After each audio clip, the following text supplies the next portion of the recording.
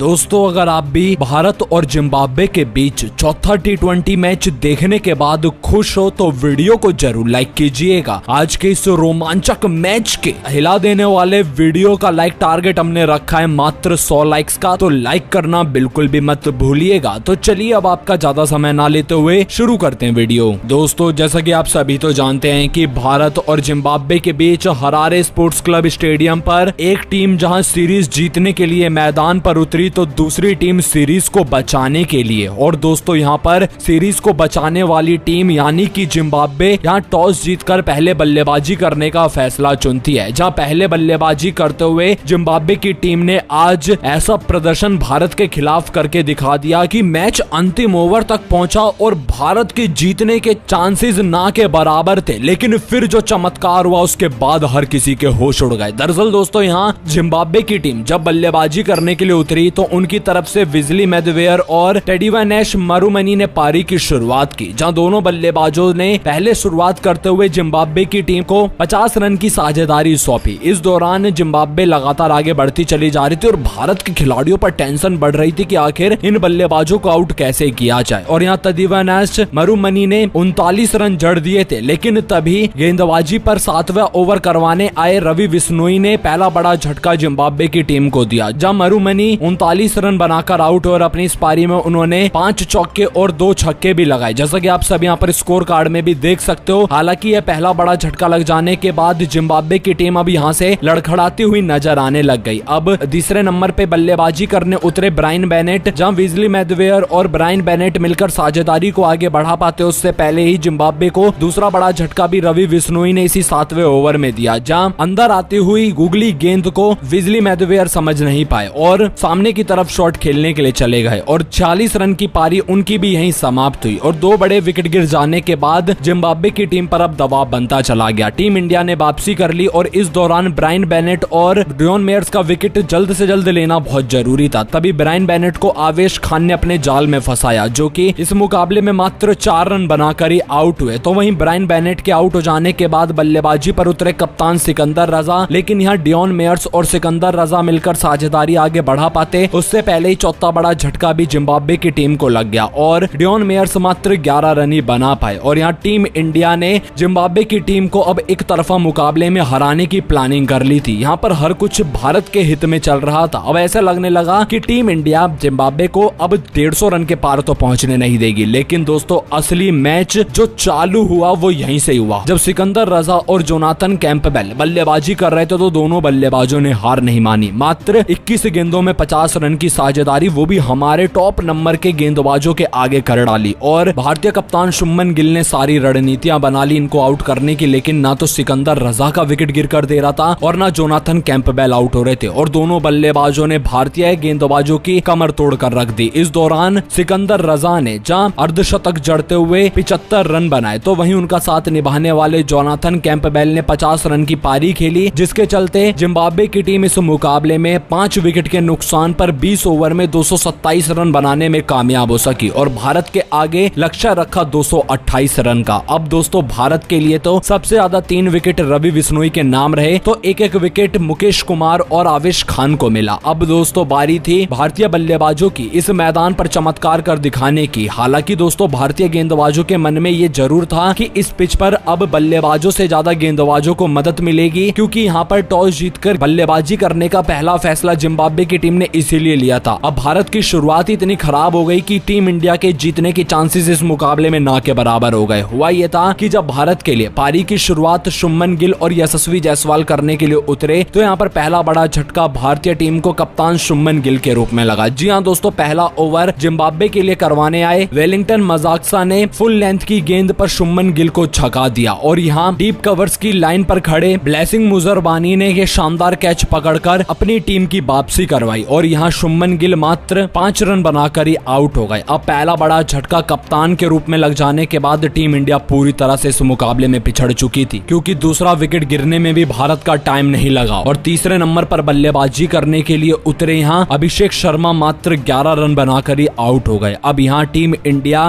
पर दबाव बढ़ता चला जा रहा था। भारत के खिलाड़ी एक के बाद एक फ्लॉप साबित हो रहे थे और मैच जीतने की उम्मीद तो ना के बराबर हो चुकी थी। अब बल्लेबाजी करने के लिए चौथे नंबर पर भेजा गया ऋतुराज गायकवाड़ को। लेकिन दोस्तों यहाँ ऋतुराज गायकवाड़ भी क्या कर पाते, वो भी अपनी टीम के दबाव को झेल नहीं पाए और यहाँ मात्र 16 रन बनाकर आउट हुए। और ऋतुराज का विकेट गिर जाने के बाद यशस्वी जायसवाल भी एक छोर पर काफी परेशान दिखाई दे रहे थे। ऐसा लग रहा था कि हर दूसरी गेंद पर उनका विकेट गिरने ही वाला है, लेकिन वो तो अपने आप को संभाल रहे थे, लेकिन सामने बल्लेबाज अपने आप को नहीं संभाल पा रहे थे। लेकिन यहाँ पर यशस्वी जायसवाल और संजू सैमसन पर अब पूरा दारोमदार था अपनी टीम के लिए ज्यादा से ज्यादा रन जोड़ने का। लेकिन दोस्तों किसी को क्या ही पता था कि यशस्वी जायसवाल का विकेट भारतीय टीम के लिए सबसे बड़ा झटका साबित होगा और 24 रन बनाकर उनको भी ब्लेसिंग मुजरबानी ने ही अपने जाल में फंसाया। और फुल लेंथ की गेंद पर यशस्वी जायसवाल 11वें ओवर में पुल शॉट लगाने के लिए गए और कैच सीधे हाथों में सिकंदर रजा के थमा बैठे और ये विकेट गिर जाने के बाद अब भारत की उम्मीदें टूट चुकी थी। अब मैदान पर भारत के मसीहे रिंकू सिंह बल्लेबाजी के लिए उतरे, जहां संजू सैमसन और रिंकू सिंह पर पूरा भारत देश निगाहें ताके बैठा था कि अब ये दोनों बल्लेबाजी कुछ कारनामा कर सकते हैं। अब यहाँ दोनों बल्लेबाजों ने मिलकर साझेदारी को आगे बढ़ाया। इस दौरान भारतीय टीम अंतिम ओवर तक मुकाबला लेकर पहुंची। इस बीच बस रिंकू सिंह का बल्ला ताबड़तोड़ अंदाज में चल रहा था और दूसरी तरफ संजू सैमसन 1-2 रन भागकर और कभी जब अच्छी गेंद उनको मिल रही थी तो वो बाउंड्री लगाकर रिंकू सिंह का साथ निभा रहे थे। और इसी के साथ मैच पहुंच गया अंतिम ओवर में, जहां भारत की टीम को मैच जीतने के लिए 6 गेंदों में 26 रन की जरूरत थी। अब अंतिम ओवर करवाने के लिए जिम्बाब्वे की तरफ से रिचर्ड नगारवा को भेजा गया, जहां रिचर्ड नगारवा ने पहली गेंद वाइड डाल दी जिस पर 1 रन एक्स्ट्रा मिल गया। अगली गेंद पर संजू सैमसन को वाइड यॉर्कर डालने की कोशिश रिचर्ड नगारवा ने की, लेकिन यहाँ गेंद को ऑन साइड की तरफ खेलते हुए चौका संजू सैमसन ने बटोर लिया। अब भारत की टीम को मैच जीतने के लिए 5 गेंदों पर 21 रन चाहिए, जहां अगली गेंद संजू सैमसन से मिस हो गई और फिर तीसरी गेंद पर संजू सैमसन ने सामने की तरफ छक्का जड़ दिया और यहाँ अब भारत की टीम बिल्कुल जीत की दहलीज पर पहुंच गई, जहां भारतीय टीम को अब 3 गेंदों पर 15 रन मैच जीतने के लिए चाहिए थे। इस दौरान रिचर्ड नगारवा ने यॉर्कर लेंथ की गेंद संजू सैमसन को करवाई जो कि वाइड भी थी और 1 रन एक्स्ट्रा संजू सैमसन ने चतुराई दिखाते हुए भाग लिया। और यहाँ 3 गेंदें शेष बची हुई थी और भारत को जीतने के लिए 13 रन चाहिए थे। अब रिंकू सिंह स्ट्राइक पर आ चुके थे, जहां रिंकू सिंह ने चौथी गेंद को डीप कवर्स के ऊपर से छक्के में तब्दील कर लिया और फिर 5वीं गेंद फिर से रिचर्ड नगारवा ने वाइड डाल दी, जिसके चलते अभी भी 2 गेंदें बची हुई थी और 6 रन मैच जीतने के लिए चाहिए थे। लेकिन दोस्तों किसी को क्या ही पता था कि रिंकू सिंह बैकवर्ड पॉइंट की तरफ शॉट लगाने के लिए 5वीं गेंद पर जाएंगे और वो गेंद मिस हो गई और इस मुकाबले को भारतीय टीम ने बहुत ही आसानी से जीत लिया। दोस्तों इस मुकाबले को जीतने के बाद जिस तरह से भारतीय टीम ने